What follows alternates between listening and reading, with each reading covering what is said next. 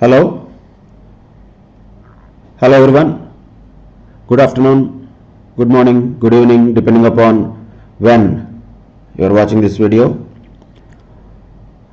In the earlier session, we discussed about the rates of taxes which are applicable for the assessment year 2020-21 in accordance with the Finance Act 2019, particularly in relation to individuals, HUF, AOP, BOI and artificial juridical persons.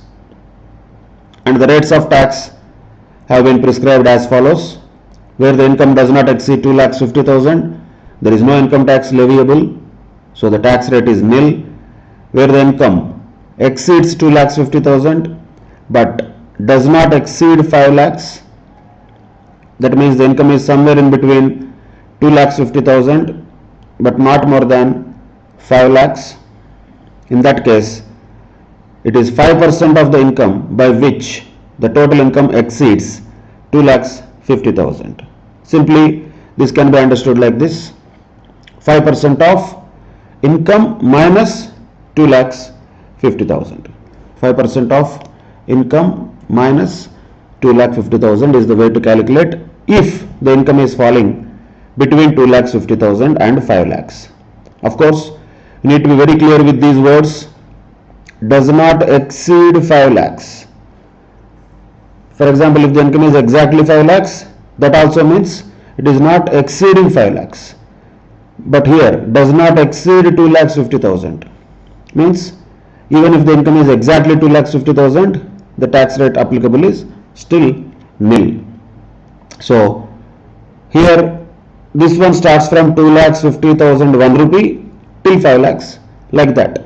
The next slab starts from 5 lakhs 1 rupee till 10 lakhs, and the next one starts from 10 lakhs 1 rupee. So this 2,50,000, 5 lakhs and 10 lakhs, these limits are inclusive when we talk about the upper limit of them, which means up to 2,50,000 there is no tax, more than 2,50,000 but less than or equal to 5 lakhs, then the tax rate is 5% of income minus 2,50,000. What if the income is more than 5 lakhs but does not exceed 10 lakhs? In other words, greater than 5 lakhs but less than or equal to 10 lakhs. In that case, the calculation is like this, as you would have observed in the practice when you did it on the assignment. So simply we can calculate like this. In this case, 20% of whatever the income is minus 5 lakhs plus 12,500. That will be the tax that is payable. This we can call base tax on the basis of the rates of tax prescribed in Finance Act. So income minus 5 lakhs into 20% plus 12,500 is the way to calculate if the income is somewhere in between 5 lakhs to 10 lakhs. And by the way, we have to be always clear, anybody's income, any SSC's income will be falling any one of these categories, but never possible to fall in all categories. Either it will be here, or it will be here, or it will be here, or it will be here. First, when we look at a number, we should identify where is it falling. Is it falling in this category? Is it falling in this category? Or is it falling in the category of between 5 lakhs to 10 lakhs? Or is it above 10 lakhs? Depending upon that, only such calculation has to be applied. All the remaining things will not be useful in that particular case. So if the amount of income earned by the SSC exceeds 10 lakhs, then the calculation is like this. It is 30% of income minus 10 lakhs plus 1,12,500. So whatever the income given in the question minus 10 lakhs rupees into 30%. So 30% of the amount by which the total income exceeds 10 lakhs, which is nothing but income minus 10 lakhs into 30% plus 1,12,500. So these are the ways of calculating the tax depending upon the income. So if the income is below 2,50,000 nil, if the income is between 2,50,000 and 5 lakhs, then the calculation is like this: income minus 2,50,000 into 5%. If the income is between 5 lakhs and 10 lakhs, then the calculation is like this: income minus 5 lakhs into 20% plus 12,500. If the income of the SSC is more than 10 lakhs, then always when it comes to individual HUF, AOP, BOI, etc., then income minus 10 lakhs into 30% plus 1,12,500. These are the rates of tax that we have understood and applied in certain cases earlier. And after the rates of tax are applied, we also discussed about a possibility of a rebate under section 87A, and which is applicable only for resident individuals, only for individuals who are resident in India. For them, section 87A rebate is available.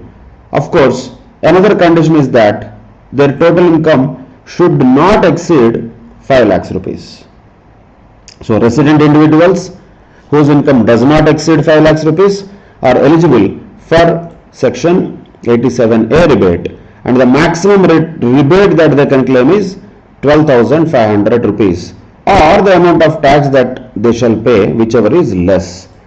Why whichever is less? Logic you have to understand carefully.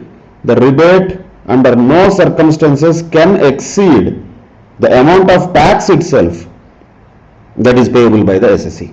So rebate cannot exceed base tax.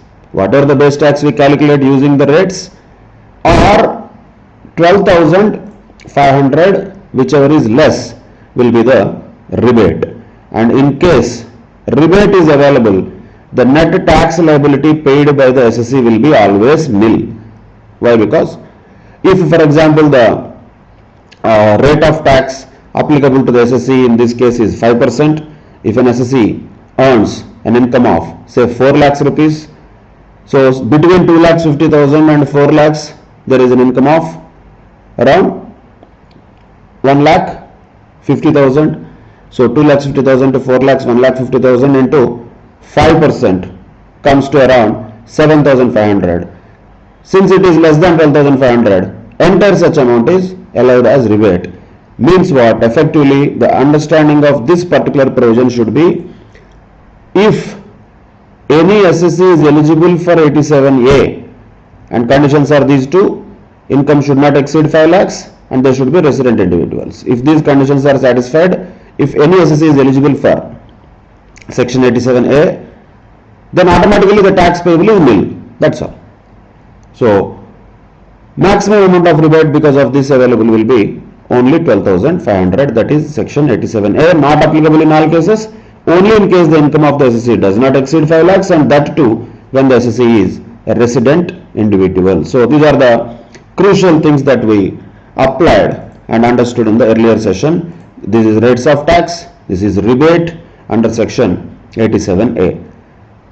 In addition to that, we have also observed about another point to be noted. Once all the tax calculations are done, once base rates of tax are applied, after which rebate, if applicable, is also given. Surcharge we did not discuss, but if at all surcharge is also calculated and applied, after, if at all marginal relief, that also we did not discuss. If it is also available, given, after doing all these steps, at the penultimate step we have to add health and education cess of 4%. So that income tax as increased by surcharge or as reduced by rebate under section 87A should be increased by health and education cess on income tax at the rate of 4% of income tax plus surcharge if applicable. So this is 4% of what?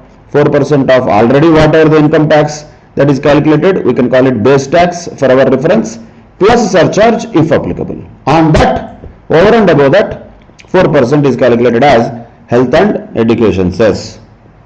Point to be noted once again, this 4% is not calculated on the income, it is calculated on the income tax plus surcharge if any. That is 4% cess to be added as a penultimate step. Why penultimate step? Because the ultimate step is rounding off the tax liability to the nearest multiple of 10 applying 288B. And we also observed how to round up and how to round down to the nearest multiple of 10. If the last digit of the income is between 5 to 9, round up to the next 10 rupees.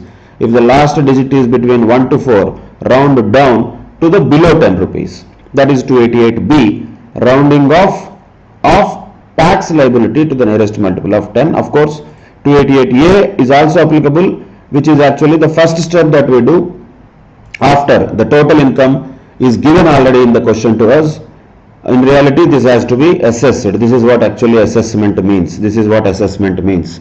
But that assessment we are not going to do now. Already it will be given in the question. So where we start while calculating the rates of tax and while calculating the tax liability, which is our objective in this particular topic, where we start is rounding off the total income to the nearest multiple of 10 rupees. Rounding principles are still the same. And another point to be noted, rounding happens only twice.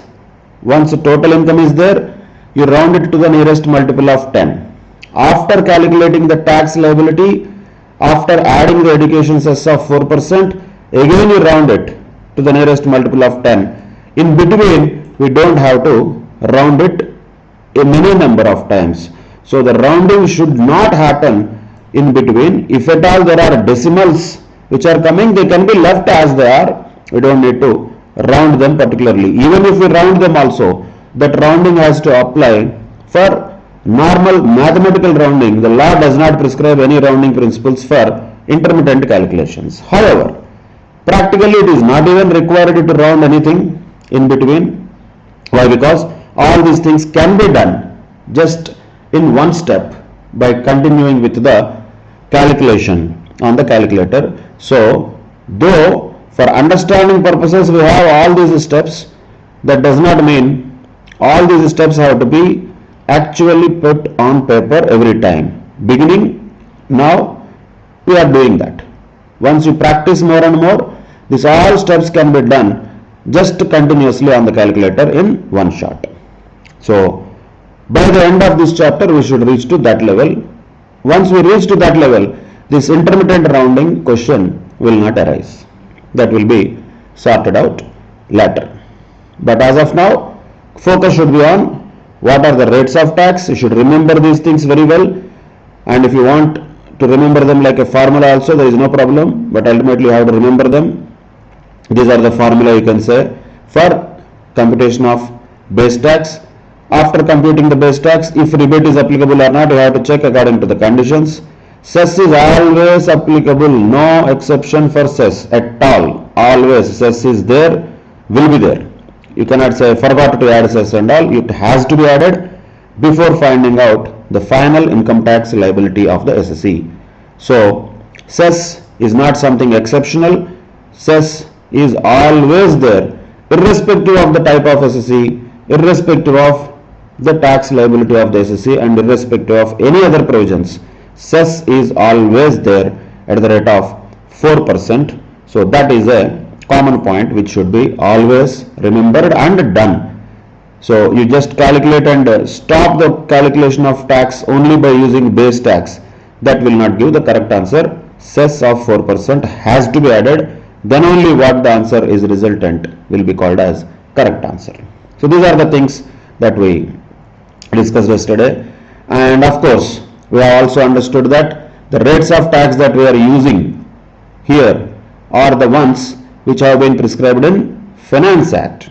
However, there are some more tax rates which are also prescribed in the Income Tax Act itself, and we are not going to use them now. These things we are not going to use them now, but as a general knowledge, general purposes, you can remember them. Casual income is taxable at 30%, unexplained income is taxable at 60%, etc., etc. So these will be definitely discussed later when the respective topics come. These three are going to be in relation to income from other sources, and these three are going to be in relation to capital gains, and all these things will be discussed in the respective chapters.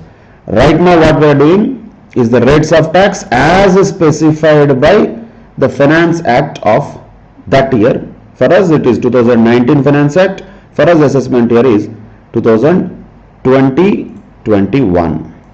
That has to be kept in mind. And of course these other provisions are generic ones. We just need to know them now. Application wise, these are the steps that we apply in this chapter, and these are the rates that we should know while applying those rates for computation of tax liability in this chapter, and those have been summarized here. That is rates 1. Then there is rebate in particular cases, there is cess in all cases. With this we have tried to do one example or a task yesterday, and this is the key that I already forwarded to you in the group. I hope most of you would have done these answers, most of you would have done this process correctly. I did not check one by one, but in general, if all of you got these correct answers, that is well and good, that is fantastic. There is a good thing about it. However, by chance, for whatever reasons, if anybody of you could not get the answers correctly, you check your answers and rectify the errors whatever you have committed, and also understand how the calculation has to happen on the calculator itself while calculating the base tax, how it has to happen. For that simplicity purposes, this is what we can refer to. So let us quickly go through one by one how the process should have been. So first let us take the first case, that is this. We are talking about 2,21,213 as the total income. First step, without fail we have to round it, because the last digit is 3, we round it down, so 213 becomes 210, and base tax is 0. There is nothing to calculate. Why? Because the income did not exceed 2,50,000 at all. When base tax is 0, all others also will be automatically 0, so there is nothing to calculate in that case. Then second case, the income here is 11,85,621. Again, to be rounded first, it should be rounded to 11,85,620. See the calculation. Calculation depends upon what? Where this income is falling. Falling means in which slab it is belonging to. Is it in the slab of less than 2,50,000? No. Is it in the slab of between 2,50,000 to 5 lakhs? No. Is it in the slab of 5 lakhs to 10 lakhs? No. It is in the slab of more than 10 lakhs. So when the income is more than 10 lakhs, simply the calculation is like this. Now, this is what we discussed about in this particular area. This is what is the formula we have to use. Income minus 10 lakhs into 30% plus 1,12,500. And if you observe, that is the formula which has been used here also. That is, whatever the income minus 10 lakhs into 30% plus 1,12,500. That is how the base tax is calculated, depending upon which slab the income is belonging to. And then the question automatically comes whether rebate is applicable. Answer is no, since the income has already exceeded 5 lakhs. Cess is always applicable. Cess calculation has to happen, whatever it is. This will be a 4% on the base tax. So that is health and education cess. After adding base tax and cess and rounding, finally the amount of tax payable after the rounding is 1,74,910. That is the final answer that we got. And these are all intermittent steps. So on the calculator, if anybody has issues, you can just follow this type of technique. Using M plus also it is easy. So practice like this more number of times so that you can do these things quickly. Second, next case, third case, 6,35,612 is the income. Then first, because it is 12, it is rounded to near the nearest multiple of 12, that is 10. Then the calculation is like this. Since this is belonging to which slab? Income is between 5 lakhs to 10 lakhs. So it is 20% slab. So 20% slab means the calculation is income minus 5 lakhs, this one. Income minus 5 lakhs plus 12,500. And that's what is used here. We have the base tax. Add 4%. We have the final tax liability which is payable after rounding to nearest multiple of 10. Same with next case, 4,77,234, first rounded to 230. Because it is between 2,50,000 and 5 lakhs, it falls under this category, 5% of income minus 2,50,000. When it is 5% of income minus 2,50,000, that's what is the formula, income minus 2,50,000 into 5%. Yes, there is a base tax of 11,361.5 or 62, but here rebate is applicable. Rebate is applicable. Why? Because the income did not exceed 5 lakhs.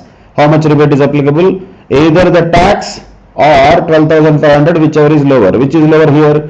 Tax is lower here. So 11,361.5, whatever the tax is calculated, that is available as rebate, means nothing is payable as tax finally. So once there is no tax payable, cess also will be 0. There is no cess that is payable in this case, no tax that is payable in this case also. That is the another scenario. Same with all others also. So this is what, 21,32,067 rounded to 21,32,070 rounded up, and this is more than 10 lakhs. So what is the formula? Here this is income minus 10 lakhs into 30% plus 1,12,500. The formula of the second case and formula of the fifth case, formula is same, only incomes have changed. So automatically whatever the base tax is, adding 4% to that, we will get final tax payable of 4,70,210. Next case also similar, 41,28,360. Since it is already rounded, there is no need to round it separately. Formula is still the same, since the income exceeded 10 lakhs. Income minus 10 lakhs into 30% plus 1,12,500, add 4%, then you have final tax payable after rounding. Then income is here 2,42,916, that will be rounded to 2,42,920, and no tax is payable in all these cases. Why? Because the income did not exceed 2,50,000 itself. So no tax is payable by such SSC. Next case, 9,12,528, first rounded to 9,12,530. Then since the income is between 5 lakhs to 10 lakhs, what is the formula to be used? Income minus 5 lakhs into 20% plus 12,500. That is the base tax. Add 4%. You get final tax that is payable. Same with another one. This is also in the same category. Income is between 5 lakhs to 10 lakhs. First to be rounded, then applying the same formula. Income minus 5 lakhs into 10% plus 12,500. You get base tax.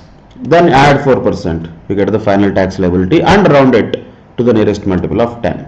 Last one, 15,02,135 will become 15,02,140. Since it is more than 10 lakhs, the formula is income minus 10 lakhs into 30% plus 1,12,500.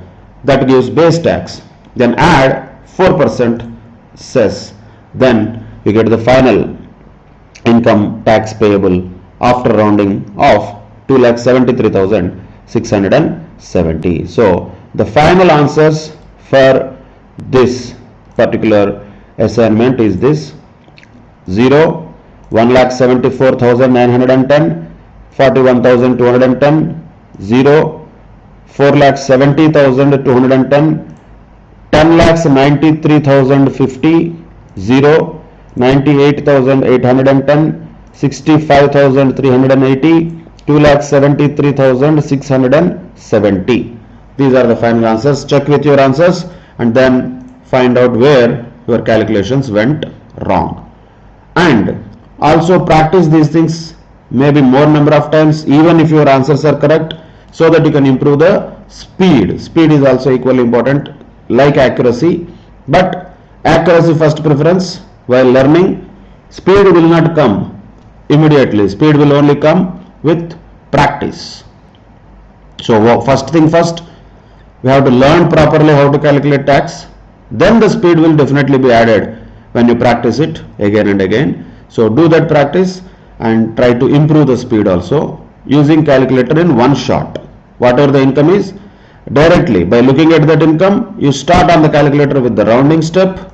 Then you use the formula directly, whatever the income that you have pressed on the calculator. Let us say 11,85,620. you press down calculator, minus 10 lakhs, remaining thing will be there displayed on the calculator, multiply with 30%, or you can multiply with 0.3 for easy purposes, because 30% sometimes some calculators behave weird. So say multiply with 0.3, you will get a number. Add, in this case, 1,12,500. Automatically you get base tax in the calculator.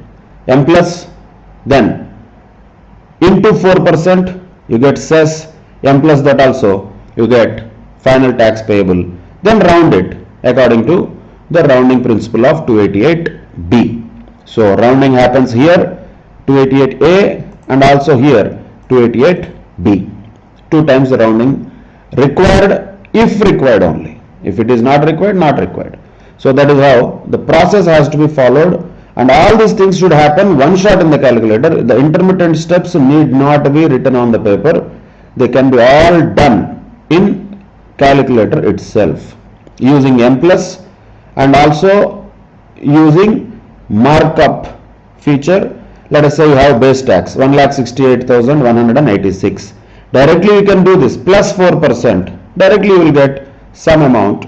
After that to do the rounding, you will get this amount. So calculator usage should be happening in a effective and quick manner, and of course that is possible when we practice more. So the base tax calculation, at least using the slab rates, has to be done very quickly. Then the remaining steps will automatically follow. That's what we understood and did in the earlier session.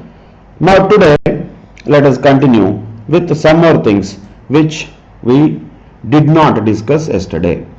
So once we look at the steps, total income will be given, actually rounding, yes, we have to do that. Base tax liability, now we know how to calculate base tax, and rebate also 87A, now we know how much is the rebate that will be possible. Either it will be the income tax, that is base tax, or 12,500, whichever is lower. That too then only if the income does not exceed 5 lakhs rupees. So that is section 87A, rebate. You have to remember that section. And what we did not discuss are these two. Marginal relief is a different concept, we will discuss in the upcoming sessions. But today let us understand surcharge. There is nothing to understand here particularly. We need to remember the surcharge percentages depending upon, once again, the income of the SSE. So how much surcharge is leviable on the income tax depending upon the income of the SSE, that has been mentioned in the act like this. So now this is what you should remember very clearly. So remember this one. Surcharge is what? It is an additional tax payable over and above the income tax, and surcharge is levied as a percentage of income tax. Once again, point to note here. Is surcharge calculated as a percentage of income? No. Income tax is calculated as a percentage of income. Surcharge is not calculated as a percentage of income. It is calculated as a percentage of tax. In other words, base tax for our understanding. So once we calculate the base tax using the tax rates, whatever we get, on that, over and above that, these surcharge percentages have to be applied. Of course, the percentages of surcharge are now what we are talking about are applicable to same people we talked about earlier. Who are those? Those are same category of people: individual, HUF, AOP, BOI, artificial juridical person. For all of them, these are the surcharge rates which are applicable. Remember them very carefully. These have to be also kept in mind. There is nothing to understand in this. There is a memory that is required here. Now look at the cases. If the income of the SSE is more than 50 lakhs but less than or equal to 1 crore, how much is the surcharge? 10%. 10% of what? That is important. People do this mistake. 10% of income they will do. No. 10% of income is wrong. 10% of income tax is the surcharge percentage. Income, why is it given here? This is only for checking, condition checking. This is not useful for any calculation. So this logic you have to follow many times in future also. There are certain things which are given certain things are there for calculation purposes. For example, when we talk about these numbers, these 2,50,000, 5 lakhs, 10 lakhs, are they useful for calculations? Absolutely yes, because here we use 2,50,000, here we use 5 lakhs, here we use 10 lakhs. These are useful for calculations. They are not for only condition checking. They are not only for condition checking. They are also condition checking, plus they are useful for calculation also.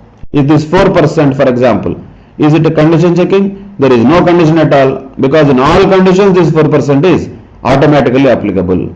Then same way, rebate has been mentioned about 12,500, but is it unconditional? No, there are conditions. So we need to check the conditions, whether the SSC is resident individual or not, whether the SSC's income exceeded 5 lakhs or not. Then only rebate is applicable. So is this 5 lakhs something that is useful in the calculation of rebate? Answer is no, it is not. It is only useful for condition checking. So there are certain numbers which are given in the Act which are only useful for condition checking. There are certain numbers which are given in the Act which are useful for calculations. So these 2,50,000, 5 lakhs, 10 lakhs, these are all useful in calculations, not just for condition checking. But this 5 lakhs here is not useful in calculations. That is only useful for condition checking. So if the income of the SSC does not exceed 5 lakhs, then rebate under section 87A is available. Once we know that rebate under section 87A is available, we forget about what is the income of the SSC, we forget about what is the 5 lakhs and all that. So once the condition is checked, this 5 lakhs has no relevance. Once it is proven that 87A is applicable, done deal. Forget about 5 lakhs. There is no use of that at all. Then what will come into picture? We have to see how much is the income tax actually payable by that SSC, how much is the limit prescribed here, that is 12,500, whichever is lower. This is calculation. This part is calculation part. This part is condition checking part. That is the difference always we have to maintain. Every number given is not useful for calculation. That's it. Same here also. Here it is mentioned that those who are in the 5% tax slab, is this percentage useful for anything particularly? No. It is also a condition checking. So simply speaking, when we talk about certain numbers, they are only for checking the condition. When we talk about certain numbers, they are useful for calculations also.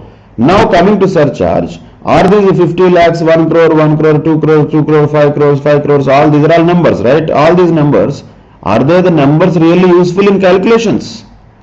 Answer is no, absolutely not. These are only and only for condition checking.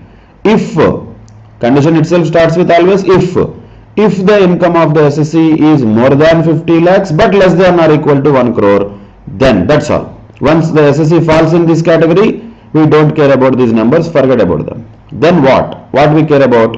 Then what we care about is how much is the income tax basically payable by the SSC. Then what we do? Add 10% to that as surcharge. Once again, can an SSC fall in all these categories? Not possible. Any SSC, depending upon, one SSC will have one income only. Ultimately, the total income, taxable income will be one number only. There cannot be 10 different numbers for one SSC. For a particular year, one SSC will have one total taxable income. That will fall in any one of these categories. In only one of these categories only it can be. It cannot be in any multiple categories. Not possible. So what our job is to check, Baba, which category that SSC's income is falling. If the SSC's income is between 50 lakhs to 1 crore, then surcharge is 10% of income tax, not 10% of income. Once again, 10% of income tax. Same way, if the income of the SSC is between 1 crore to 2 crore, then surcharge is 15% of income tax, not income. All the surcharges are percentages on income tax. However, if the SSC is having an income between 2 crores to 5 crores, this is not a slab or something, this is only a condition. If SSC's income is more than 2 crores but not exceeding 5 crores, then the surcharge applicable is 25% of income tax. And if the SSC has a total income of 5 crores, then the surcharge applicable is 37% of the income tax. These are the different surcharges which are all applicable to different kinds of SSEs. Naturally, a question might come, sir, what if the SSE has an income of less than 50 lakhs? Means what? No surcharge. Naturally, no surcharge. That is why in all the cases that we have discussed yesterday, was there a surcharge? Whatever the task you have done, all the cases are what? The income of the SSE is less than 50 lakhs. If the income of the SSE is less than 50 lakhs, no surcharge. When the surcharge will start? When the income of the SSE exceeds 50 lakhs, then surcharge will start. Once again I am repeating, income of the SSE exceeding 50 lakhs but not exceeding 1 crore is only a condition. If that condition persists, then automatically surcharge is 10%. If the income of the SSE is more than 1 crore but less than 2 crores, then surcharge is 15% of income tax. If the income of the SSE is more than 2 crores but less than or equal to 5 crores, then surcharge is 25% of income tax. If the income of the SSE is more than 5 crores, then the surcharge is 37% of income tax. Now let us just apply these surcharge provisions, particularly under certain circumstances. And before that, let us be clear on certain things. If surcharge is applicable, is there a possibility of rebate at all? Are these two things possible in one case? Just impossible. Why? Because these two are mutually exclusive. If surcharge is applicable, means the SSE has an income of definitely more than 50 lakhs. And rebate is only available for such SSE who has income of not exceeding 5 lakhs. No way that these two things, surcharge and rebate, will be applicable for same person. That is impossible. Then another question comes, what about cess? There should not be such question about cess. Already we discussed it very clearly. Cess is applicable in all cases. All means all, no exception. What if, 100 what ifs also. Always answer is yes, yes, yes. Cess is always applicable. There is no exception to this. There is no particular thing to which the education and health and education cess of 4% is applicable. It is always applicable, irrespective of the nature of the SSE, irrespective of the income of the SSE, irrespective of the income tax liability of the SSE, except when that income tax liability is zero. That is the only case where cess is not applicable, because 4% of 0 is 0. Other than that, normally cess is something that should be always calculated. But now what we should know is how this 4% has to be calculated. Not just on the base tax, it should be calculated on base tax plus surcharge if applicable. So while calculating the final tax liability, now the steps will be like this.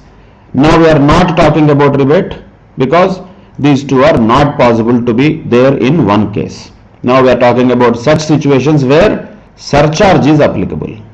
Surcharge is applicable only when if the income of the SSE is more than 50 lakhs or 50 lakhs or more, surcharge is definitely applicable. But how much surcharge is applicable depends upon what is the income of the SSE. So depending upon this, the surcharge has to be calculated. Remember these rates very well. Nobody is going to give you these rates in the examination. Memory is a very crucial component in income tax learning and examination also. So keep that in mind. You have to remember how much is the surcharge rates applicable for different types of SSEs having different incomes. That is the surcharge rates for whom? AOP, BOI, artificial juridical person, HEF and individual. For them these are surcharge rates applicable. So let us take some examples here. Let us say there is an SSE, one guy who has income of, let us say, 56 lakhs 75,000. An SSE is having an income of 56 lakhs 75,000. That is the income of the SSE, 56 lakhs 75,000. Now calculate base tax first. There is no need of rounding because it is already rounded. 56 lakhs 75,000 is the income of the SSE. Calculate base tax. How to calculate base tax? Same way you do that on calculators. Income minus 10 lakhs, income minus 10 lakhs, and whatever that is, income minus 10 lakhs into 30%, which is nothing but 0.3, that is also there. Then after this calculation you should add how much? In this case 1,12,500. So for a person who is having an income of 56,75,000, the base tax is going to be 15,50,000. So this is what is going to be the base tax. And how we calculate? Using the same procedure. This to be done very quickly. I'm just telling you slowly because you can understand it now, but while you do it, you have to do it quickly.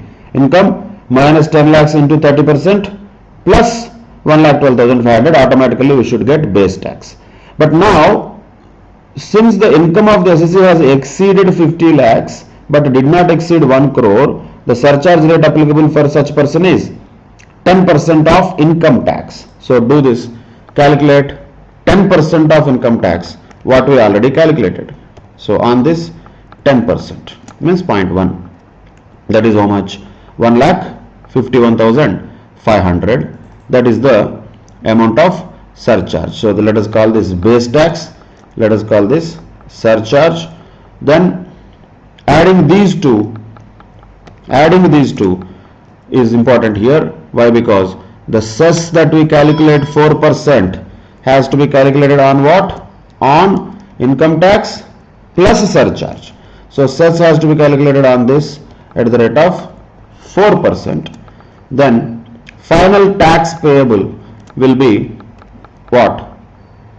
The base tax plus surcharge plus cess, since we already added this. So this one plus cess will be the final tax that is payable. That is how much? 17,33,160. That is what is the procedure for calculating final tax payable in case where the surcharge is applicable. And again, as I said, all these steps have to be done in calculator in one shot. How to do that?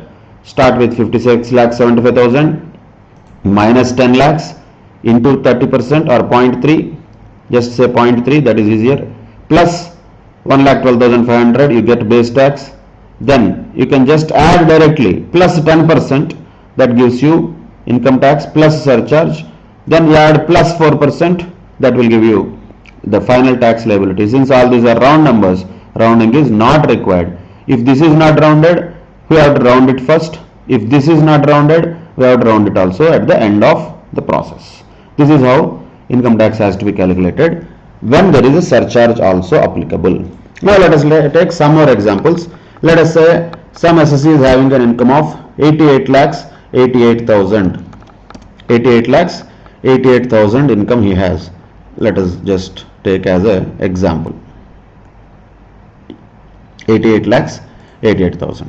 And what is the base tax here? Same. How much will be the base tax? Whatever the income minus 10 lakhs into 30% plus 1,12,500, that is going to be the base tax.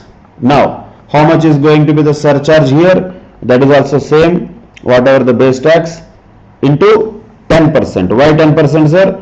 Because the income is not exceeding 1 crore. Even here also income is between 50 lakhs to 1 crore.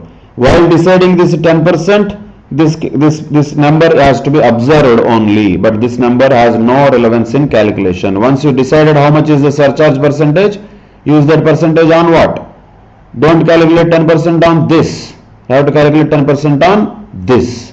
That is base tax. Once again, very clear. Surcharge to be calculated as a percentage of income tax, but not on income. So 10% of base tax, that is surcharge. That's what we have.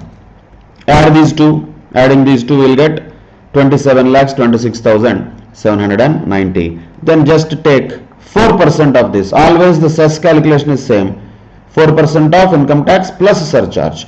After adding the cess also, adding these two, will get 28,35,862. Right? then what should we do?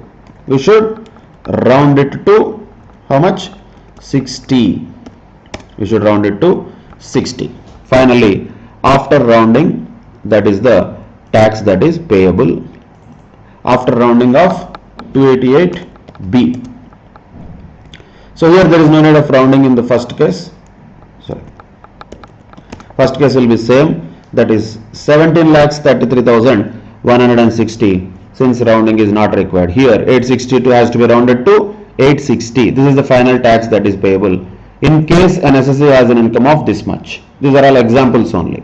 Let us take another example where the SSE has an income of, let us say, 2 crores 35 lakhs 64,788.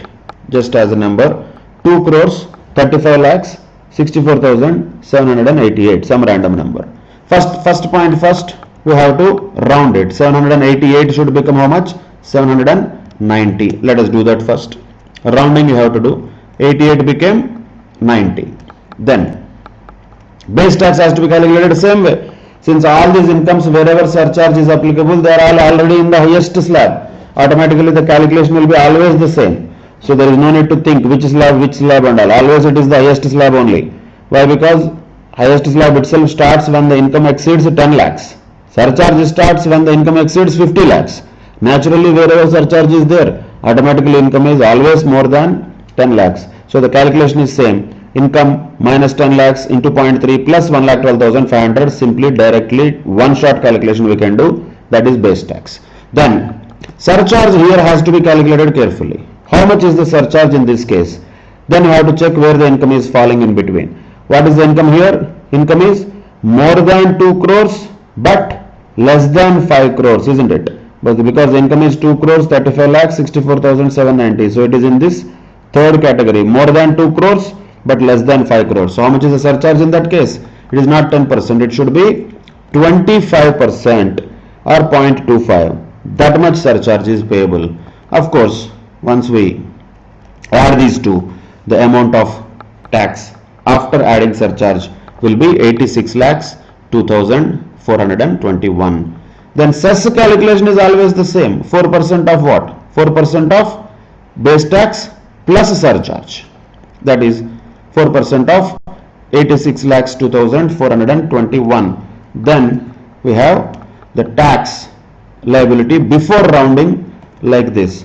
Once you round it, how much it will be? The 18 will become 20. That's all. What is the final answer? This is 89 lakhs 46,520. That much tax has to be paid by one SSE who has a income of 2 crores 35 lakhs 64,790. How much tax is supposed to be paid is 89 lakhs 46,520. That is the final tax payable. Let us take one more example quickly. Say another SSE has an income of 1 crore 45 lakhs 67,389. Just for example, 1 crore 45 lakhs 67,389. What is the first job? 89 should become 90. Then how to calculate base tax? Same way. Income minus 10 lakhs into 0.3 plus 1,12,500. Now surcharge. How much is the surcharge percentage here? Once again, you have to be always clear. You cannot refer to this always. You have to remember them. This table you have to remember them. If the income is between 1 crore to 2 crores, which is the case here, because the income is 1 crore 45 lakhs something, it is between 1 crore to 2 crores. What is the rate of surcharge? 15%. So you have to apply that surcharge rate 15% on the base tax. Then this is the amount of surcharge. Add those two, add 4%. What you will get is 5002,530. That is the final tax liability of the SSE. Since it is already rounded, there is no need to particularly round it. Though if there are decimals, that has to be rounded to the nearest multiple of 10 only. So final tax liability in this case for the SSE is 50 lakhs. Is it 50 lakhs? Yeah, 50 lakhs 2,530. 50 lakhs 2530. That is the tax liability that is to be paid by the SSE. Now, base tax is income minus 10 lakhs into 30% plus 1,12,500. Surcharge in this case is applicable as 15% since the income is between 1 crore to 2 crores. Then adding these two will get this 48 lakhs 10,125. Adding the cess also of 4%, we get final tax liability of 50 lakhs 2,530. That is another example for understanding purposes. Imagine some SSE having an income of 7 crores 13 lakhs 23,568.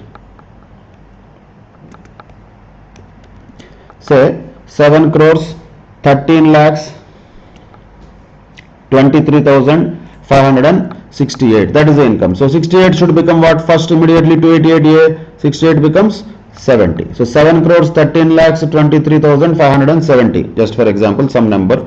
That is the income of the SSE, where the income of the SSE is more than 5 crores. More than 5 crores it is. So the surcharge applicable in this case is 37%. Be careful. Base tax calculation is always the same. There is no change in that.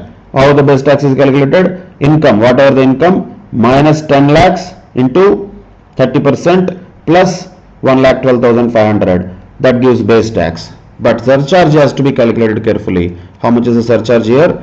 37%. Why? Since the income has exceeded 5 crores. Income exceeded 5 crores. Surcharge is 37% of what? Not income. 37% of income tax.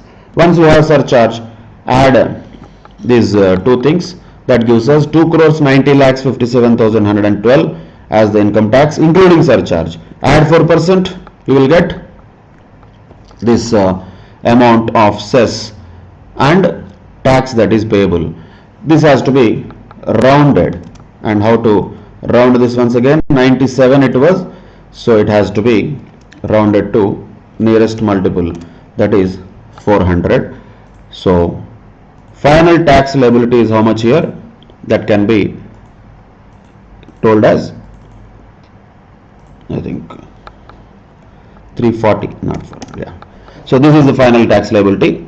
3 crores 2 lakhs 19,340. No, 397 will become 397 should become 400. Yeah. So this is the final answer.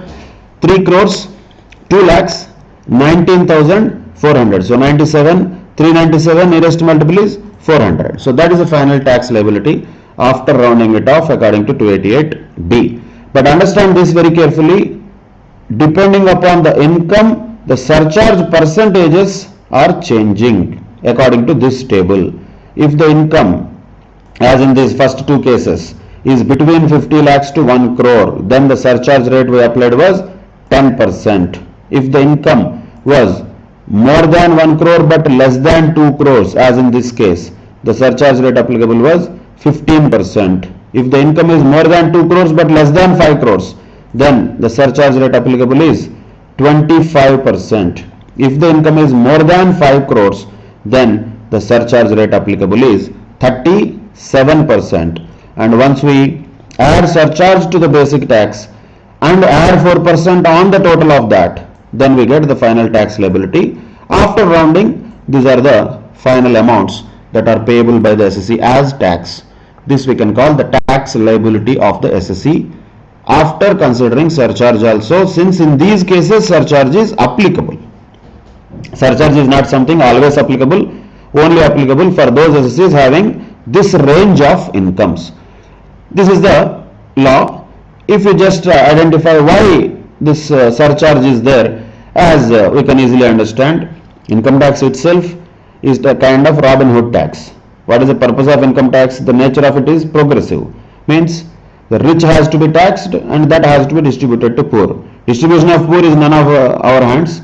Of course, the government will decide in the budgets. But collection of tax, rates of tax, when the government tells that, definitely the idea of income tax is to collect revenue from the richer people who are having higher incomes. And that is already reflected in the rates of tax. Already it is there in the rates of tax, because the people who are having lesser incomes, pay lesser income tax naturally. The people with more income will pay more income tax naturally, because the rate itself is like that. Somebody with less than 2,50,000 will not pay any tax. Practically for any individual who is a resident, even if the income is less than 5 lakhs, still he will not pay any tax. Though there is a 5% rate prescribed, still that does not matter. Why? Because rebate is there anyway. So up to 5 lakhs there is no tax. If somebody is having an income of more than 5 lakhs but less than 10 lakhs, still the rate is only 20%. If somebody is having an income of more than 10 lakhs, then the income tax rate is 30% on the excess of income over and above 10 lakhs plus the tax that was payable on the earlier slabs. So this 5%, 20%, 30% itself is progressive in nature. The higher the slab, higher the income, higher the rate of tax that is applicable. But in addition to that, for ultra rich individuals up to 50 lakhs per annum income, there is no surcharge. If an individual is earning more than 50 lakhs, should we call him middle class or something? Definitely not. Okay, whatever the name we give, the law will not give these names. Definitely they are in the upper middle class segment, or in general you can even put them in the rich segment. Definitely annually the income is more than 50 lakhs means monthly itself they are getting lakhs of rupees of income, which is a reasonably good amount of money. If that is the case, they might be considered as rich at least. Then from them, anyway, by taking 30% tax on the income in excess of 10 lakhs is already a higher burden, but in addition to that there is a surcharge of 10% also that is levied, so that they will contribute to the country more in the form of paying income tax. But of course the good news is the surcharge is not on the income, the surcharge is only on the income tax. So little bit upper middle class individuals, say rich individuals, richer individuals, ultra rich, super rich individuals will pay higher and higher amounts of surcharge. And if you observe, that is the reason why the surcharge rates are also progressive. Progressive rates are there here also. For somebody like, for example, Mukesh Ambani will definitely have his income annually more than 5 crores, and there is no doubt in that. It will be running into hundreds of crores. For him also best tax calculation is same. Whatever his income is, whatever number of zeros there are, we don't care. Minus 10 lakhs is same, into 30% is same, plus 1,12,500 is same. This will not change. But what will definitely change? He will be subjected to a surcharge of 37% on the income tax that he has to pay. And cess, of course, 4% is applicable for everybody. So for ultra rich and rich individuals, there is a additional amount of surcharge that has been levied by this Annual Finance Act of 2019. And by the way, don't think that these are the same things which are applicable every year. No, I am always repeating the same thing, but still it is important to note while learning taxation. In taxation, particularly, for that matter in general, for any law, when the law says something, our thought has to restrict to that only, not to beyond that. If the law says these are the surcharge rates for the assessment year 2020-21, that's all. Only then, what are the rates now? Today, is there any change in that? Recently, Madam Ji presented the budget. Now, what happened to these rates? That is general knowledge. That has nothing to do with learning of income tax. So don't enter into too much of details when it comes to reality now. What matters to us is, okay, for our purpose, because our assessment year for exam purposes is 2021. For our purpose, what are the surcharge rates? That's all. That's what we should be 100% clear about, thorough about. Now what are these rates? Is there any change in them recently? Is there any breaking news coming up? Those things we may be interested but not going to be useful at all for learning process, but that will be only purely general knowledge purposes. So the point is, this is one case of income tax where not being up to date also is important. In all cases, up to date if you are, too much up to date is not important here. How much up to date you have to be according to the requirements of ICAI, we have to be up to date, not according to our whims and fancies. So that is one of the controls we should always keep on the journey of learning income tax. So these are the rates applicable, that's all, dot. There is no other things. Of course, in the recent past, there have been some changes. We don't need to even look at them. Don't even try to know them. That will mess up the memory. That is a problem. So when you are required to have some memory, you should have the correct one, correct information in your memory. This is the correct information you are going to apply. So remember this table very much. How much surcharges are there? Surcharges are like this: 10%, 15%, 25% and 37%. Incomes are like that: between 50 lakhs to 1 crore, between 1 to 2 crores, between 2 to 5 crores and above 5 crores. These are the surcharges applicable in case of rich, ultra rich individuals, and other things also like HUF, AOP, BOI, artificial juridical person, all those things also same surcharges are applicable. So the rates of tax that we discussed as well as surcharges that we discussed, these are all applicable for all this bunch of people: individual, HUF, AOP, BOI, artificial juridical person. Though our focus is generally mostly on individual, but we should be aware that these are the rates applicable for everybody mentioned here. However, rebate is not applicable for everybody. Rebate is applicable only to whom? Individual only. That too, what type of individual? Not any individual. Individual who is resident in India. Now some of you thinking, what is resident in India? Yes, we will come to that. That chapter is called residential status, which is the next chapter. Before knowing that, we will not come to know what is resident, what is non-resident. We may know the names. We don't need to know the meaning of them now. We will come to know them when we reach the chapter residential status. But point to note here, what is important for us here is to note that under section 87A, the rebate of maximum 12,500 is applicable only for a resident individual. So all the others, whoever it is, AOP, BOI, artificial juridical person, HUF, for all of them, this rebate is not at all applicable. But surcharge is applicable for all of them. Understand that very clearly and remember this very clearly. So these are some of the examples of applying the surcharge in different cases of individuals, HUF, AOP, BOI, etc. These are the ways of applying. So now, if you observe and go back to the steps, total income though will be given in the question. Do we know how to do the rounding off? Yes, that should be very simple. Do we know how to calculate base tax using the rates of tax? This should be very thorough. You should be very thorough with this, and you should never do any mistake here. If there is any mistake here, all other steps also will be wrong. So base tax liability is very important. Do we know how to calculate rebate? Yes, we should be ideally knowing how to calculate rebate. Now do we know how to calculate surcharge? Yes, that step also we have discussed. If applicable, surcharge has to be calculated. Do we know how to calculate marginal relief? As of now, no, we don't know that. We will come to that later.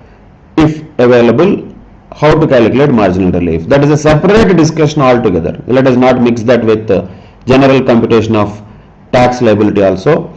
Basically, for our general understanding, we can conclude that for calculation of tax liability under normal circumstances, for many cases that we are going to use in the income tax learning in future, we know already how to calculate that. We are not going to be exactly having situations of marginal relief in problems when we solve in the future. However, does it mean we leave this topic? No. That's a separate special topic. MCQ definitely can be expected from that. We will come to that in the next session. But right now, basic way of calculating tax, rebate, surcharge and cess, of course, in all cases we know that, and 288B, how to apply that, and rounding the tax liability at the end also we know that as of now. These are the points to be noted in relation to computation of tax liability of particularly individuals, because most of the cases in future when we do the heads of incomes and computation of total income later, and our syllabus for CA Intermediate consists of computation of total income of majorly individuals only. But tax liability calculation can be asked of anybody, because this is once again an MCQ type question. It not necessarily be a big question. All these things are just 1 mark contributions. But another point to be noted here, lot of times some people will take these rates of tax lightly. Sometimes, what is the contribution of this? chapter, because some people are so calculative in their methodology of learning that everything they want to know how much it will contribute to the final cause. Okay, let us say overall 60 marks income tax paper, how much rates of tax will contribute? Maybe 1 mark or maximum 2 marks.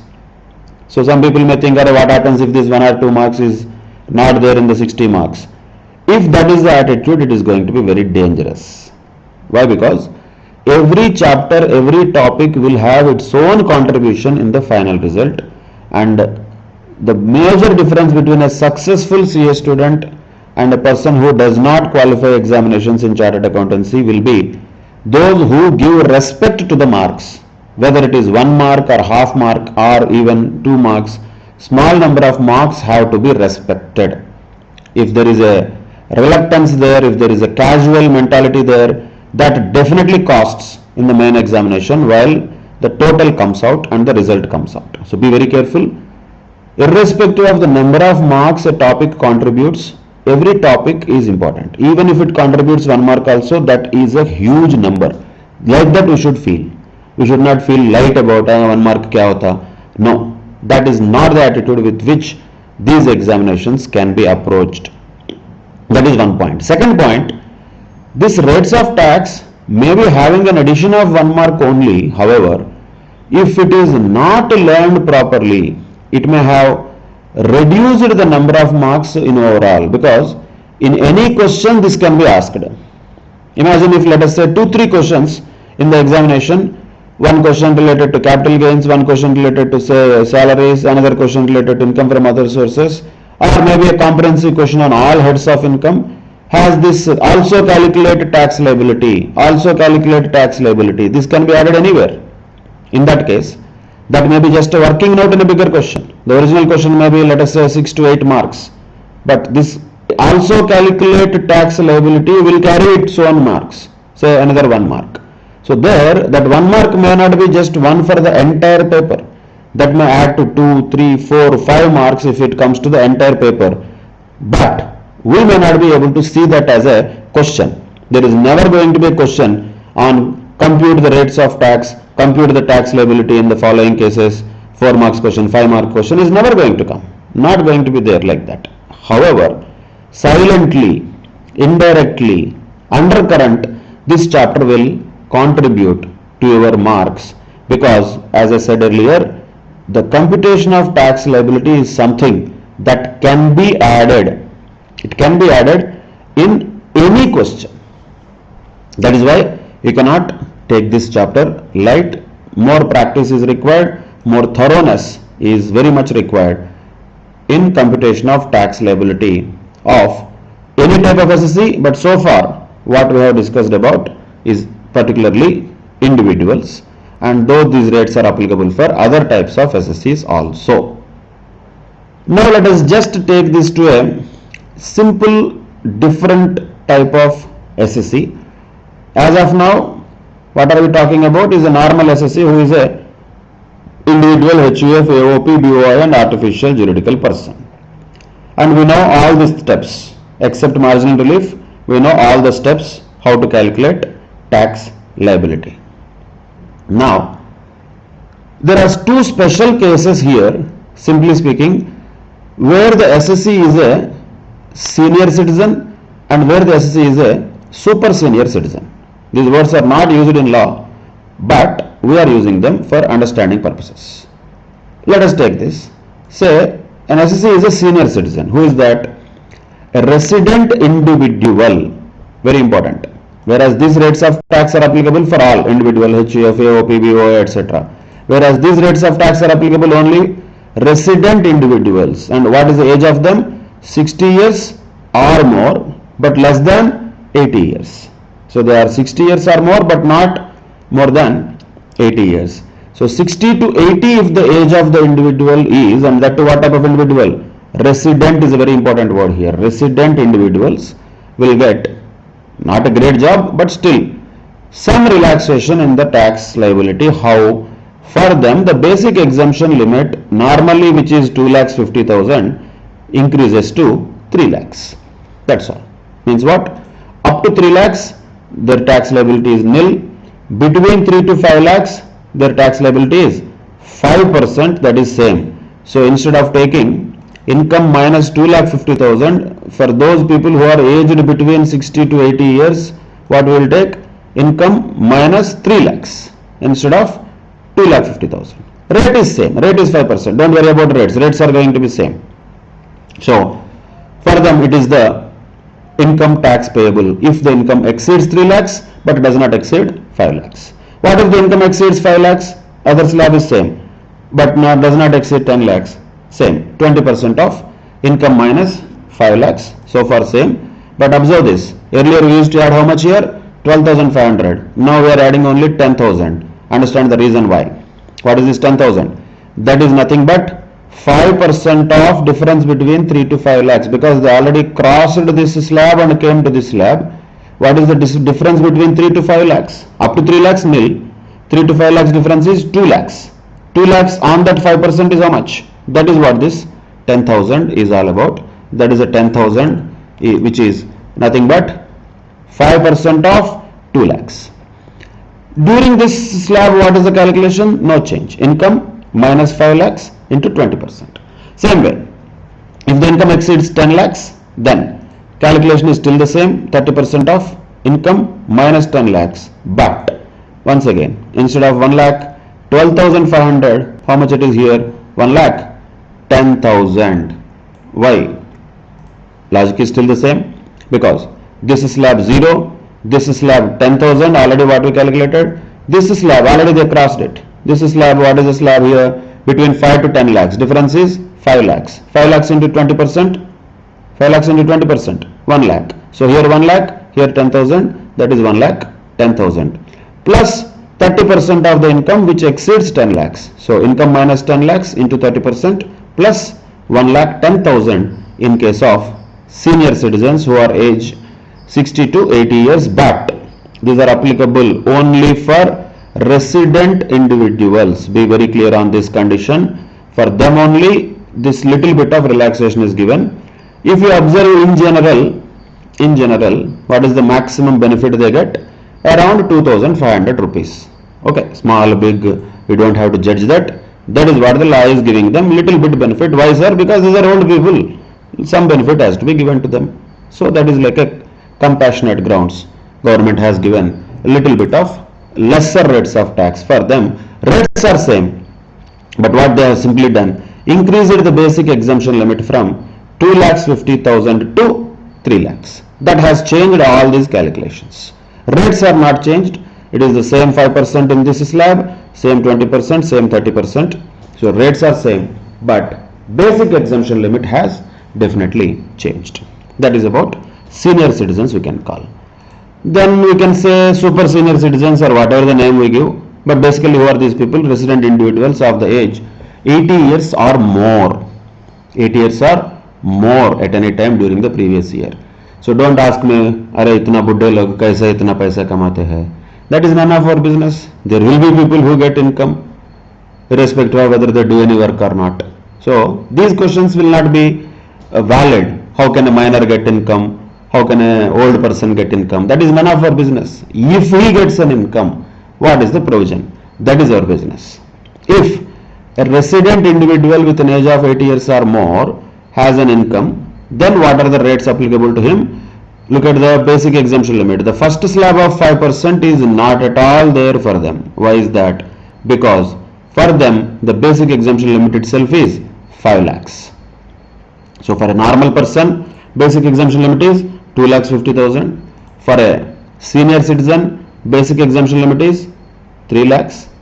For a super senior citizen, basic exemption limit is 5 lakhs, which means up to 5 lakhs anyway there is no tax for such super senior citizen. But on the other side, let us take the practicality of this.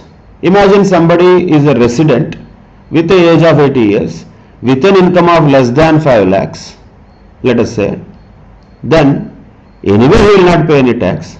Why? Because rebate is anyway applicable for normal persons also. So for those people with an income of 5 lakhs or less than 5 lakhs, these different rates of tax are not going to be really useful. Why? Because since we know there is a rebate anyway, those people with an income of up to 5 lakhs, of course, when they are resident, will not pay any tax up to an income of 5 lakhs.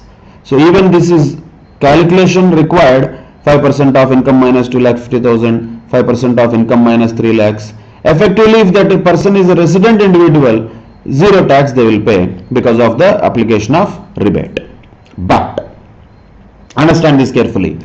This is not only about them. What happens if the income of the person is above that 5 lakhs? For them, it will be more relevant. For them, what happens here?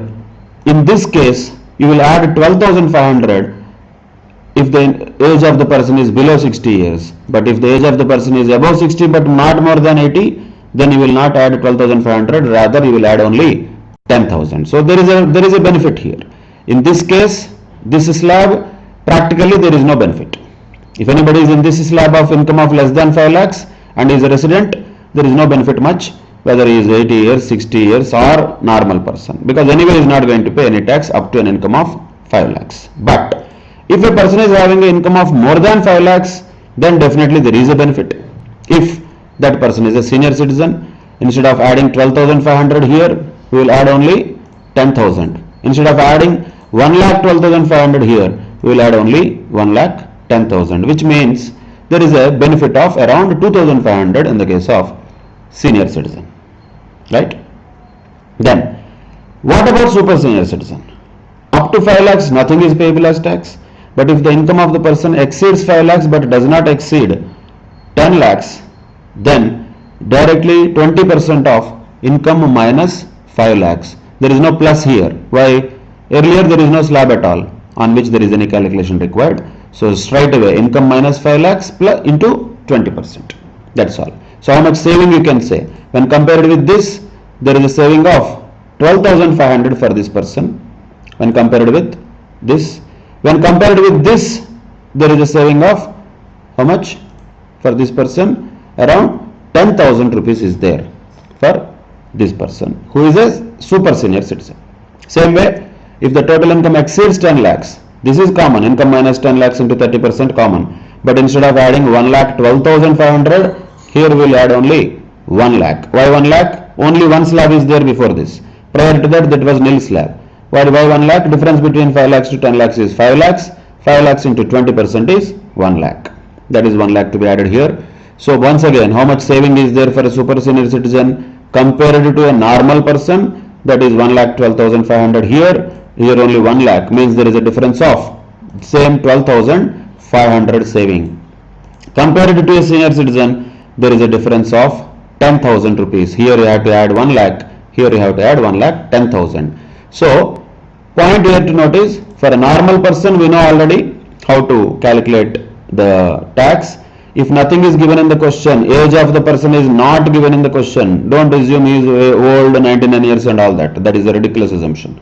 Normally, if nothing is given, these are the rates that we should apply. Basic exemption limit is only 2,50,000. If information is given in the question that a person is aged say 62 and is a resident, then only we have to apply these things. So instead of adding 12,500, we will add 10,000 here. Instead of adding 1,12,500, we will add 1,10,000 here for senior citizen. Same way for super senior citizen, only one place directly where you have to add is when the income exceeds 10 lakhs. 30% of income minus 10 lakhs plus 1 lakh directly we will add. So this super senior citizen saves a overall amount of around 12,500 when compared to a normal person. But when it is possible, only when that person is a resident individual. These are the further calculations that are required in case of different types of SSCs depending upon their age. So far we have talked about mostly the individuals, residents, and if they are non-resident, then these special rates are not applicable. So these two things are not at all applicable. These two are applicable only for residents. For non-residents, always the original table only holds good. So if it is a non-resident, point to note here is we should not consider the age at all. When there is a non-resident individual, we don't care about the age. Age matters when that person is a resident individual, that too. If that person is aged between 60 to 80, then these are the calculations required to be done. If that person is aged more than 80 years, then these are the calculations which are required to be done. Right? With this, we can conclude the individuals portion for calculation of rate, application of rates of tax and calculation of tax liability. Major point in this chapter, major important topic is individuals only, because there are slab rates. In fact, the other rates of tax which we will see later are going to be more or less straightforward, since there are no slab rates later, there will be flat rates. It is much easier. But calculation of income tax liability, majorly we have to develop the capacity of doing that, particularly in relation to individuals, which we have already done. So for individuals, we should know how to calculate base tax depending upon the rates of tax applicable. For this purpose, we have to also keep in mind whether that person is a resident or non-resident. If that person is non-resident, there are only one rates of tax which are applicable, that is this. If that person is a resident, then we have to also check the age of that person. Then there are two more types of calculations which are applicable for such people depending upon the age. That is the base tax calculation. Once base tax calculation is done, rebate will be available, that too only for residents. Surcharge will be applicable in these circumstances which we have discussed already. And once you have added that surcharge also if applicable, and you have deducted rebate also if available, then you will have the tax liability before cess. Add 4% cess, you will get the final tax liability after rounding it to the nearest multiple of 10 under 288B. So these steps have to be always in the mind, should not be necessarily done on paper all the times. Every time we should not do that. We should be able to do these things in one shot on the calculator. But in the brain, the steps should run. In the brain, the same process should continue. So these are the various points in relation to computation of tax liability of different individuals, different types of assessees, including individuals, and other than individuals, for others like AOP, BOI, artificial juridical person and HUF, there is only one table that is applicable, which we already have discussed. With this, we can conclude this portion of the rates of tax, and we'll continue with this another type of calculations which are required for partnership firms, companies, cooperative societies, how the rates of tax are applicable to them, that we will see. And not only that, another important discussion in addition to that will be computation of marginal relief, that we will see as a separate topic.